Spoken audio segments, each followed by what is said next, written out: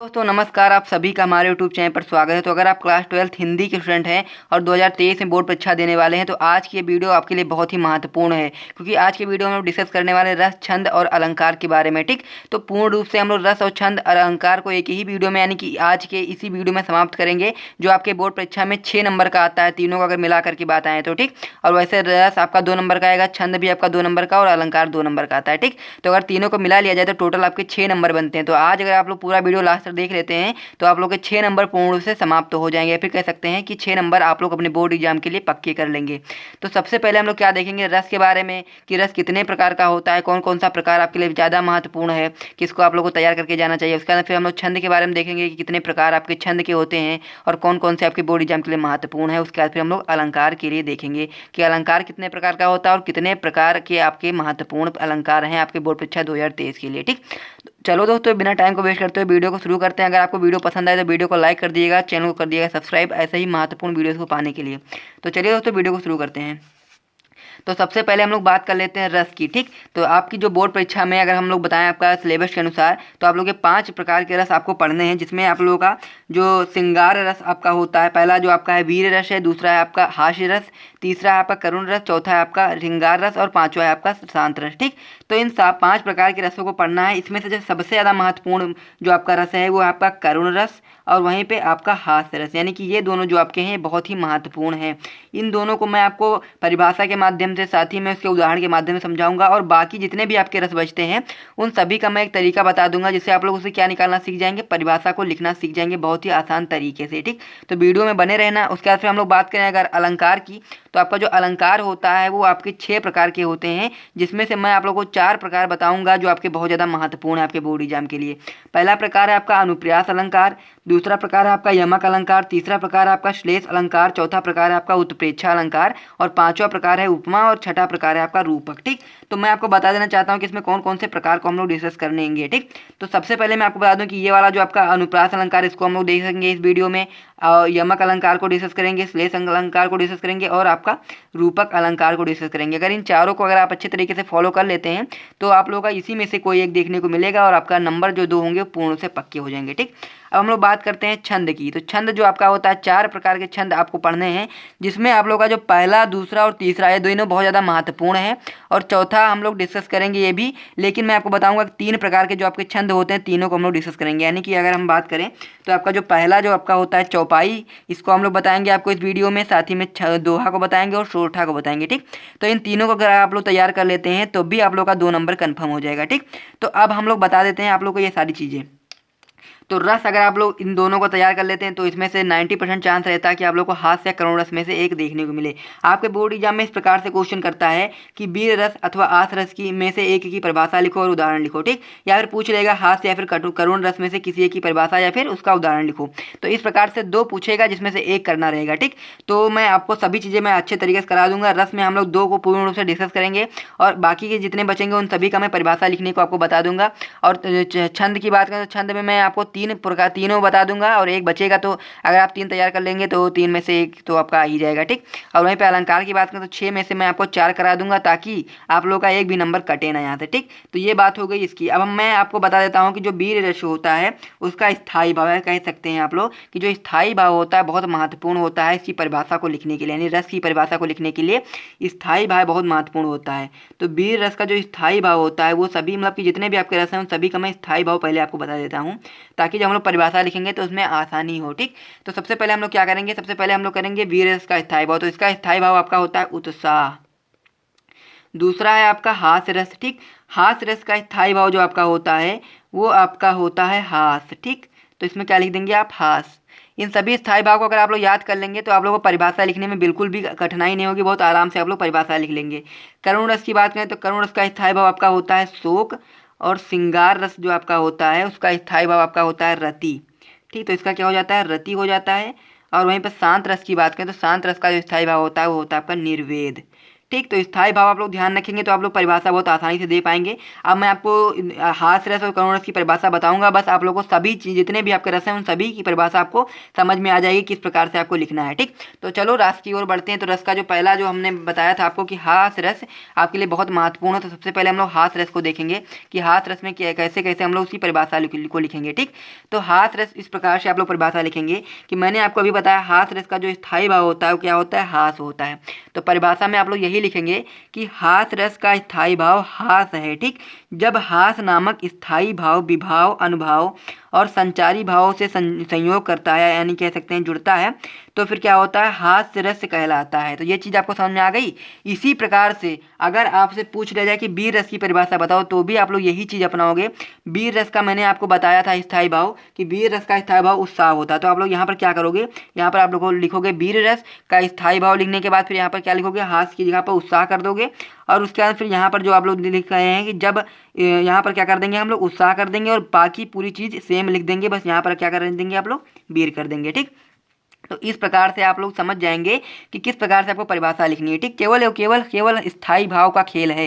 स्थायी भाव अगर आपको याद है तो आप लोग परिभाषा आराम से लिख पाएंगे। जैसे कि मान लो करुण रस की परिभाषा लिखनी है तो किस प्रकार से लिखोगे, तो आप लोग लिखोगे करुण रस का स्थायी भाव क्या होता है, शोक होता है। जब शोक नामक स्थायी भाव विभाव अनुभाव और संचारी भाव से संयोग करता है तो हास रस वो करुण रस की निष्पत्ति होती है। इसी प्रकार से अगर आपसे वीर रस का पूछे तो आप लोग लिखोगे कि वीर रस का स्थायी भाव क्या होता है, उत्साह होता है। और जब उत्साह नामक स्थायी भाव विभाव अनुभाव और संचारी भाव से संयोग करता है तो वीर रस की निष्पत्ति होती है। इस प्रकार लिख दोगे। उसका से अगर पूछ ले आपसे श्रृंगार रस के बारे में तो आप लोग लिखोगे श्रृंगार रस का स्थायी भाव रति होता है। और जब रति नामक स्थायी भाव विभाव अनुभाव और संचारी भाव से संयोग करता है तो श्रृंगार रस की निष्पत्ति होती है। ठीक। तो इसी प्रकार से आप लोग को जितने अगर कोई भी परिभाषा आपसे पूछ लिया जाए तो आप लोग परिभाषा आराम से बता देंगे। ठीक। अब हम लोग क्या करते हैं, हास्य रस का जो उदाहरण है उसे देख लेते हैं।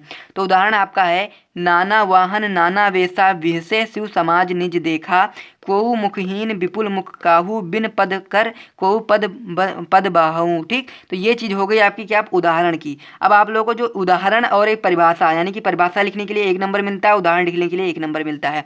अगर आप लोग चाहें तो स्पष्टीकरण भी लिख सकते हैं। स्पष्टीकरण में आप लोग का इंप्रेशन एग्जामिनर पर अच्छा पड़ता है, तो आप लोग स्पष्टीकरण आपको याद रहता है तो स्पष्टीकरण भी लिख सकते हैं। ठीक। तो स्पष्टीकरण आप लोग का इस प्रकार से लिखेंगे कि शिव विवाह के समय ये पंक्तियाँ हास्यमय हैं। इस उदाहरण में स्थायी भाव हास का आलंबन शिव समाज से है, आश्रय शिव स्वयं शिव हैं और उद्दीपन जो है विचित्र वेशभूषा है। अनुभाव आपका शिव जी का हंसना तथा रोमांच हर्ष चापल्य आदि क्या है, संचारी भाव हैं। तो इस प्रकार से आप लोग स्पष्टीकरण भी करना चाहें तो कर सकते हैं। और अगर आपको स्पष्टीकरण नहीं याद आ रहा है तो आप लोग इतना लिख देंगे तो भी आप लोग को नंबर देगा। ठीक, एग्जाम्पल। लेकिन अगर आप लोग स्पष्टीकरण कर देते हैं तो उसका अलग ही इंप्रेशन पड़ता है। अब हम लोग बात कर लेते हैं जो दूसरा प्रकार का रस मैंने आपको बताया था जो मोस्ट इंपॉर्टेंट है, वो है आपका करुण रस। ठीक। तो ये 2 रस मैंने आपको बताया, दोनों रस आपके हर साल बोर्ड परीक्षा में आए हुए प्रश्न हैं। ठीक। तो करुण रस की परिभाषा भी आप लोग इसी प्रकार से बनाओगे कि करुण रस का स्थायी भाव क्या होता है, शोक होता है, मैंने आपको बताया था। तो जब शोक नामक स्थायी भाव विभाव अनुभाव और संचारी भाव से संयोग करेगा तब क्या बनेगा, करुण रस की निष्पत्ति या फिर कह सकते हैं उत्पत्ति होगी। ठीक। उदाहरण में आप लोग देखेंगे, क्यों छलक रहा दुख मेरा उषा की मृदु पलकों में, हाँ उलझ रहा सुख मेरा संध्या की घन अलकों में। यहाँ पर दुख देखने को पा रहे हैं ना आप लोग, तो ये क्या होता है, करुण रस का ही उदाहरण है। ठीक। तो उदाहरण लिख देंगे आप लोग, अगर इसका करना चाहें तो स्पष्टीकरण भी कर सकते हैं। ठीक। तो यहाँ तक बात हो गई हमारे किसकी, रस की बात हो गई। रस हम लोगों ने पूर्ण रूप से समाप्त कर लिया। मैंने आपको बता दिया तरीका कि इस प्रकार से आप लोग रस की परिभाषा लिख देंगे। उदाहरण आप लोगों को बस याद करना है। ठीक। बाकी रस की परिभाषा लिखना तो आप लोग बहुत अच्छे तरीके से जान गए होंगे। अब हम लोग बढ़ेंगे, अगला जो आपका प्रकार होता है, अब अलंकार को हम लोग डिस्कस करेंगे।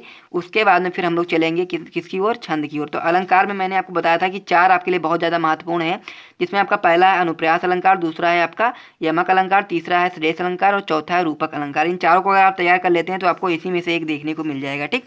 तो चलो पेज को लेकर के आते हैं और अनुप्रास अलंकार को शुरू करते हैं। तो अलंकार की अब बारी है, तो अलंकार को देख लेते हैं हम लोग।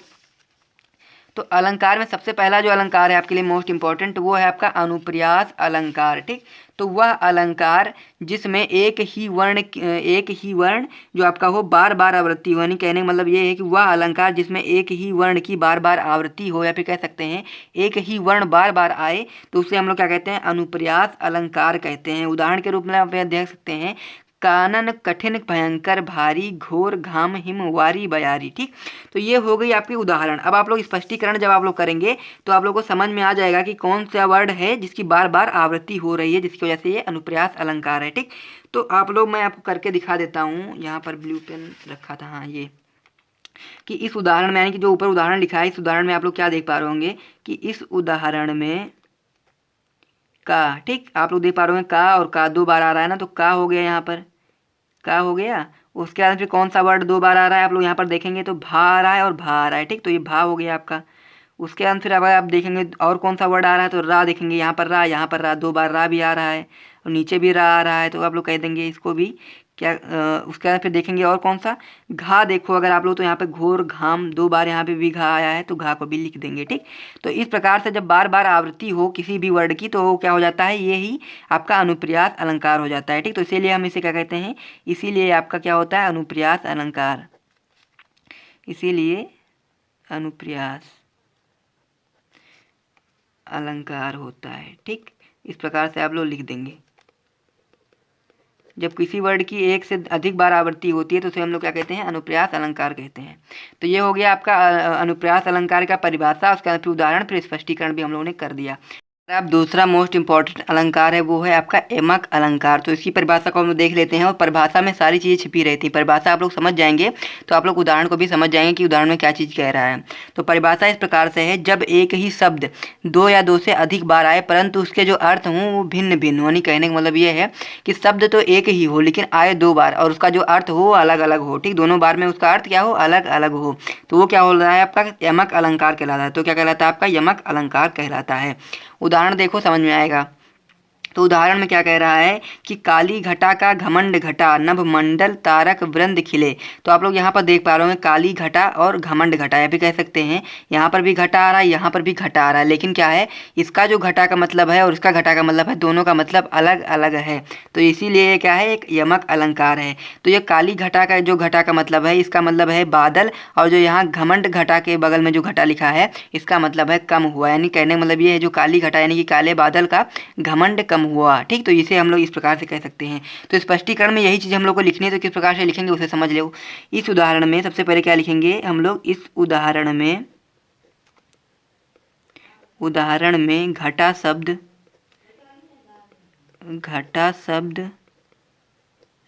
2 बार आया है। ठीक, क्या कितनी बार आया, 2 बार आया है। तो आप लोग यहाँ देख पा रहे होंगे उदाहरण में, तो 2 बार आया है। ठीक, 2 बार आया है और दोनों स्थानों पर क्या है, इसका अर्थ अलग अलग है। ठीक, दोनों स्थानों पर इसका अर्थ भिन्न है। इसका अर्थ कैसा है, भिन्न है। ठीक, अर्थ भिन्न है। तो पहली जगह पर जो घटा आया है उसका अर्थ क्या है, सबसे पहले वो समझ लो। जो फर्स्ट जगह पर जो घटा आया है उसका अर्थ जो आपका है, यहाँ पर जो घटा आया है इसका अर्थ क्या है उसको समझो।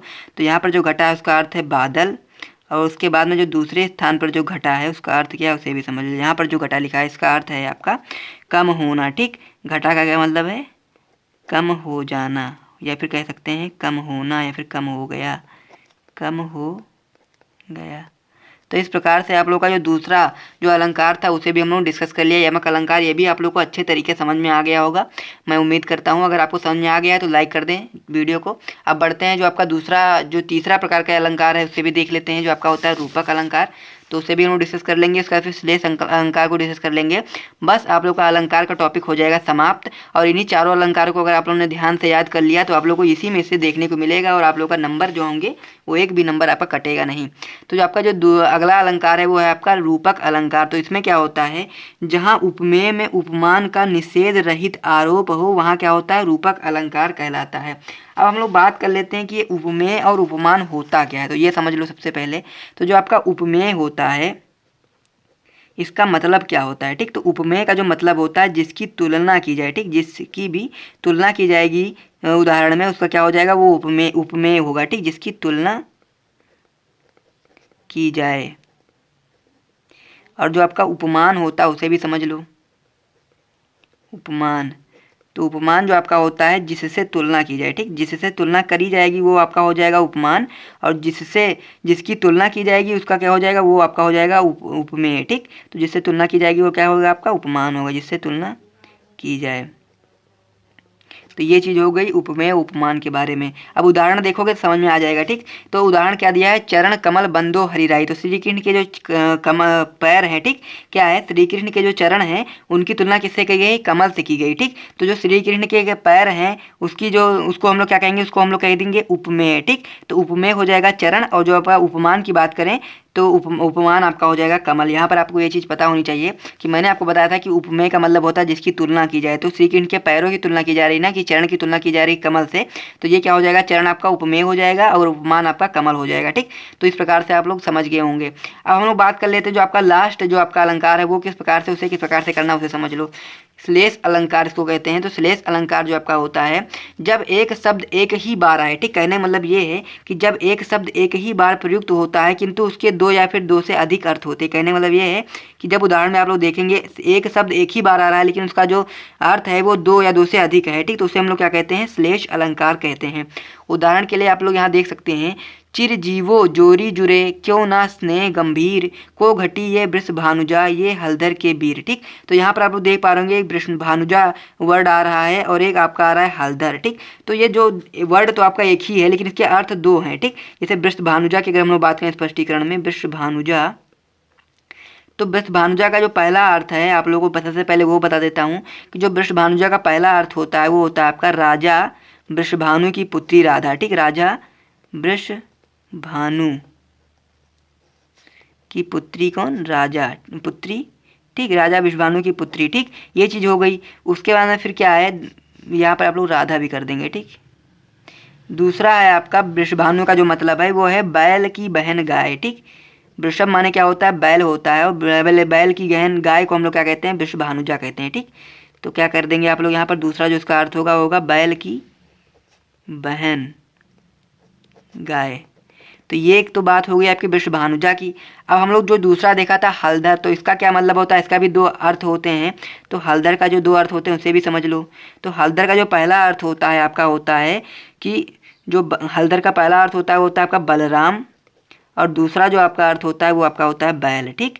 तो ये हो गए एक ही वर्ड के, मतलब एक वर्ड एक ही बार आता है लेकिन इसके अर्थ जो होते हैं वो दो या दो से अधिक होते हैं। तो आपका क्या होता है, श्लेष अलंकार होता है। तो अलंकार को भी आप लोगों ने अच्छे तरीके से डिस्कस कर लिया होगा। तो हम लोग का जो अलंकार था उसे भी हम लोगों ने अच्छे तरीके से डिस्कस कर लिया। अब बारी आपकी आती है चौपाई की, ठीक। तो अलंकार और वीर भी कह सकते हैं, रस और अलंकार से आप लोग के दो दो नंबर कंफर्म हो चुके हैं। अब हम लोग बात करेंगे छंद की, और छंद में भी दो नंबर आप पे कंफर्म करेंगे। और छंद में आपके तीन छंदों को मैं आपको बताऊंगा, एक होता है आपका चौपाई, दोहा, सोरठा, तीनों को बता देंगे। और तीनों को अगर आपने समझ लिया तो आपके दो नंबर यहाँ से भी कंफर्म हो जाएंगे, ठीक। तो चलो छंद की ओर बढ़ते हैं। तो हमारा छंद इस प्रकार से है, इसको हटा देते हैं। तो छंद में क्या होता है इसको समझ लो। चौपाई क्या होता है आपका, सबसे पहला जो आपका छंद है वो है चौपाई। तो चौपाई आपका क्या होता है, एक सममात्री छंद होता है जिसमें चार चरण होते हैं, ठीक। तो इसमें क्या होता है, चार चरण होते हैं और सभी चरण में क्या होता है, जो मात्रा की संख्या होती है समान होती है, इसीलिए हम लोग इसे सममात्री छंद कहते हैं, ठीक। और प्रत्येक चरण में जो मात्राएं होती हैं 16-16 मात्राएं होती है। चार चरण में चारों चरणों में क्या होंगी, 16-16 मात्राएं होंगी। अब उदाहरण देखो और मात्रा लगाना किस प्रकार से उसे समझ लेना, ठीक। तो उदाहरण क्या है आपका, बंदव गुरु पद पदुम परागा सुरुचि सुभाष सरस अनुरागा, ठीक। ये वर्ड यहाँ पर फिट नहीं हो पा रहा तो इसलिए मैंने इसको नीचे लिख दिया है, आप लोग इसे लाइन में सीधे लिखना, ठीक। फिर क्या है, अमी मुरिमय चूरन चारु समन सकल भव रुज परिवारु, ठीक। अब ये बात हो गई उदाहरण की। अब हम लोग क्या क्या करना है, मात्राएं किस प्रकार से लगाना है उसे समझ लो, ठीक। तो होता ये है कि आप लोग सबसे पहले क्या देखेंगे, बंदव में, ठीक। तो यहाँ पर आप क्या क्या है, यहाँ पर देख पा रहे होंगे बा के ऊपर अंक की बिंदी, तो इसलिए यहाँ पर दो हो जाएगा, ठीक। उसके बाद फिर दा और ऊ के लिए हम लोग एक एक का प्रयोग करेंगे। फिर क्या है गुरु, तो गुरु के लिए हम लोग क्या करेंगे, इसमें छोटी की मात्रा है, मतलब कह सकते हैं छोटा ऊ की मात्रा है, तो इसलिए हम लोग यहाँ पर एक लगाएंगे और उसमें भी एक लगाएंगे, ठीक। पा और दा में भी कोई मात्रा नहीं तो इसके लिए भी एक एक का प्रयोग करेंगे, और इसमें भी आपका एक, और पदुम में भी आपका छोटा ऊ की मात्रा है तो इसलिए इसमें भी आपका एक एक का प्रयोग होगा।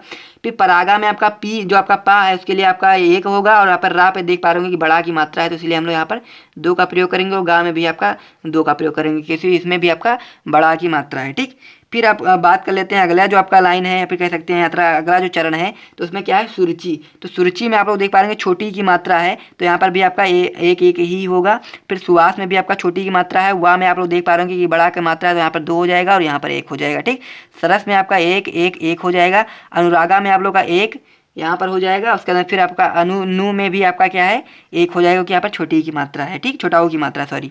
फिर क्या, रा पर आप लोग बड़ा की मात्रा देख पा रहे होंगे, तो इसलिए 2 और यहाँ पर भी 2। ठीक, तो ये हो गया। इस प्रकार से आप लोग देख पा रहे होंगे। तो इसके प्रत्येक चरण में कितनी मात्राएं होती है, 16। तो आप लोग देखेंगे यहाँ पे 2 3 4 5 6 7 8 9 10 11 12 और 4 16। इसमें भी इस प्रकार देखेंगे तो आप लोग 1 2 3 4 4 5 6 7 8 8 और 2 10 2 12 और 4 16। ठीक, ये हो गया ऊपर की लाइन में। आप लोग नीचे की लाइन में भी कर देते हैं इसी प्रकार से। तो इसमें आप लोग देख पा रहे होंगे 1 है, इसमें भी छोटी की मात्रा है, तो इसमें भी 1, इसमें भी 1 रहेगा, इसमें 1, इसमें भी 1, और साथ ही में आपका जो अगला होगा इसमें सॉरी इसमें 2 होगा, इसमें 1 और इसमें 1 और इसमें 1। ठीक, चूरन में अगर हम लोग बात करें तो इसमें बड़ाऊ की मात्रा है, तो इसमें 2 1 1 हो जाएगा। चारू में अगर हम लोग बात करें तो इसमें भी 2, इसमें भी 2 हो जाएगा। ठीक, फिर क्या है, सुमन, समन है, समन भव, समन सकल भव रुज परिवारू। तो मैं इसमें किस प्रकार से लिखेंगे वो समझ लो। इसमें 1, इसमें 1, इसमें 1, इसमें भी 1 1 1 हो जाएगा, इसमें भी आपका 1 1 हो जाएगा।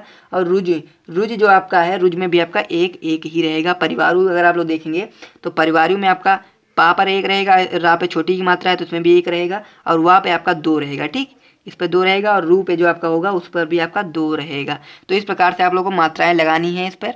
उसके बाद फिर आपका एक कंप्लीट हो जाएगा। इस प्रकार से आप लोग चौपाई को लिखेंगे और इसी प्रकार से मात्रा लगा देंगे। ठीक, अब हम लोग बात कर लेते हैं दोहा की। तो दोहा किस प्रकार से होता है, दोहा बहुत महत्वपूर्ण है आप लोग के लिए, इसे आप लोग बिल्कुल भी मिस मत करिएगा। तो दोहा अर्ध सम्मात्रिक छंद है, इसमें 4 चरण होते हैं। इसके पहले और तीसरे चरण में 13 मात्राएं होती हैं, और दूसरे और चौथे चरण में क्या होती हैं, 11 11 मात्राएं होती हैं। ये चीज़ आपको ध्यान रखनी है कि जो दोहा होता है ये अर्ध सम्मात्रिक छंद होता है, यानी कहने का मतलब ये है कि इसमें जो मात्राएं होती हैं वो 2 चरण में एक समान होती हैं और 2 चरण में अलग अलग होती है। कहने का मतलब ये है। ठीक, चरण कितने होते हैं, 4 होते हैं, जिसमें 2 में 13 13 होंगी और 2 में 11 11 होंगी। और इसमें पहला जो चरण होगा तो तीसरे चरण में 13 13 मात्राएं होंगी, और जो दूसरा और चौथे चरण में 11 11 मात्राएं होती हैं। ठीक, तो इसमें इसका भी उदाहरण देख लीजिए। मेरी भव बाधा हरो, राधा नागरी सोई, जा तन की झाई परे, श्यामू हरित दुति होई। ठीक, तो इसमें भी मात्राएं लगाया आप लोगों को सीखना है। तो सबसे पहले क्या है, माँ पर आप लोगों को ओ की मात्रा लगी है, तो इस पर आप लोग इस प्रकार से लगा देंगे। रा पर बड़ी मात्रा है तो इसमें भी आपका 2 हो जाएगा, इसमें 1 1 हो जाएगा, इसमें आपका 2 2 हो जाएगा, और हरो में आप लोग 1 यहाँ पर हो जाएगा, 2 यहाँ पर हो जाएगा। ठीक, फिर राधा की बात करें, इसमें भी 2 हो जाएगा, नागरी में भी आपका 2 और आपका 1 और 1 हो जाएगा। ठीक, और यहाँ पर आपका क्या हो जाएगा, 2 और 1 हो जाएगा। इस प्रकार से जा में आपका 2 हो जाएगा, यहाँ पर 1 1 हो जाएगा। उसके बाद की अगर हम लोग बात करें तो की में आपका 2 हो जाएगा, झा में आपका 2 हो जाएगा, और वहाँ पर ई की मात्रा में भी आपका 2 हो जाएगा। ठीक, फिर क्या है, 1 और 2। ठीक, इस प्रकार से हो गया। फिर श्यामू में अगर हम लोग बात करें तो श्यामू में आपका हो जाएगा 2 और 1, इस प्रकार से हो गया। या जो आपका आधा सा है इसका हम लोग जोड़ते नहीं, इसको हम लोग लिखते नहीं। ठीक, फिर हरित की बात करें तो हरित में आपका 1 1 1 हो जाएगा। द्वितीय की बात करें तो द्वितीय में भी आपका 1 1 हो जाएगा, और वहीं पे होई में अगर हम लोग बात करें तो होई में आपका 2 और 1 हो जाएगा। तो इस प्रकार से आप लोग मात्राएं लगाना सीख गए होंगे दोहा की भी। तो दोहा क्या होता है, परिभाषा आप लोग देख लेंगे और उदाहरण देख लेंगे, बस आप लोग का ये कंप्लीट हो जाएगा। अब हम लोग बात कर लेते हैं सोरठा की। सोरठा जो आपका लास्ट है इस वीडियो का टॉपिक है, और छंद का भी आपका लास्ट टॉपिक है, कह सकते हैं रस छंद अलंकार का लास्ट टॉपिक है। ठीक, तो सोरठा में क्या होता है जैसे समझो, ये सोरठा जो आपका होता है वो दोहा का अपोजिट होता है। ठीक, सोरठा क्या है, अर्ध सम्मात्रिक छंद है, इसमें 4 चरण होते हैं, इसमें भी 4 चरण होते हैं, और इसके पहले और तीसरे चरण में 11 11 मात्राएं होती हैं। मैंने आपको दोहे में बताया था कि पहले और तीसरे चरण में 13 13 मात्राएं होती हैं, और लेकिन इसमें क्या होता है, पहले और तीसरे चरण में 11 11 होंगी, और दूसरे और चौथे चरण में 13 13 मात्राएं होंगी। ठीक, इसलिए दोहे से क्या होता है, ये अपोजिट होता है, दोहे का एकदम उल्टा होता है। उदाहरण देखें तो उदाहरण इस प्रकार से है, राम स्वरूप तुम्हार बयन, अगोचर बुद्धि पर, अभिगत अखत अपार, नेति नेति नित नगम कहे। ठीक, तो इसको हम लोग लगाना सीख लेंगे किस प्रकार से, इसकी भी हम लोग क्या लगाएंगे, क्या मात्राएं। ठीक, तो सबसे पहले राम में बड़ा की मात्रा है तो इसमें आप लोग कर देंगे 2 1, उसके बाद फिर क्या कर देंगे 1 2 1, फिर इस प्रकार से हो गया। फिर तुम्हार में भी आपका 1 2 1 हो जाएगा। बयान की अगर हम लोग बात करें तो बयान में आपका 1 1 1 हो जाएगा। आगोचर की बात में तो 1 2 1 1 हो जाएगा। बुद्धि में आपका 2 और 1 हो जाएगा। ठीक, फिर पर 1 1 तो हो ही जाएगा, आप लोग जानते ही हैं। अभिगत की अगर हम लोग बात करें तो अभिगत में आप लोग छोटी की मात्रा यहाँ पर देख पा रहे होंगे, तो इसलिए आपका 1 1 हो जाएगा। अखत में भी आपका 1 1 1 ही होगा, और अपार में आपका 1 2 1 होगा। ठीक, नेति की बात करें तो नेति में आपका 2 1, फिर आपका 2 1, फिर आपका 2 1। ठीक, तो इस प्रकार से हो गया। फिर क्या है 1 नेति में सॉरी दोस्तों यहाँ पर एक होगा, क्योंकि यहाँ पर छोटी की मात्रा लगी है, मैंने ध्यान नहीं दिया, तो यहाँ पर एक हो जाएगा। ठीक, निगम में आपका एक एक एक हो जाएगा, 3 यहाँ पर हो गए और 2 आपका यहाँ पर हो जाएगा। ठीक, तो नेति में आपको क्या करना है, एक लगाना है, क्योंकि यहाँ पर छोटी की मात्रा, ये चीज़ मैंने ध्यान नहीं दी थी। ठीक, तो ये हो गया उदाहरण आप लोगों का सोरठा का। तो सभी उदाहरण मैंने आपको सभी चीज़ें अच्छे तरीके से बता दी। मैंने आपको सबसे पहले क्या बताया, रस के बारे में बताया, रस की परिभाषा को लिखने का तरीका मैंने आपको समझा दिया, छंद को भी समझा दिया और अलंकार को भी समझा दिया। तो इन वीडियो को अगर आप लोगों को पसंद आए तो वीडियो को लाइक कर दे, चैनल को कर दे सब्सक्राइब, और मिलते हैं नेक्स्ट वीडियो में इसी प्रकार के और भी महत्वपूर्ण वीडियो के साथ में। तो अगर आप लोगों को वीडियो पसंद आए तो वीडियो को लाइक और चैनल को कर दे सब्सक्राइब। मिलते हैं नेक्स्ट वीडियो में, तब तक के लिए जय हिंद।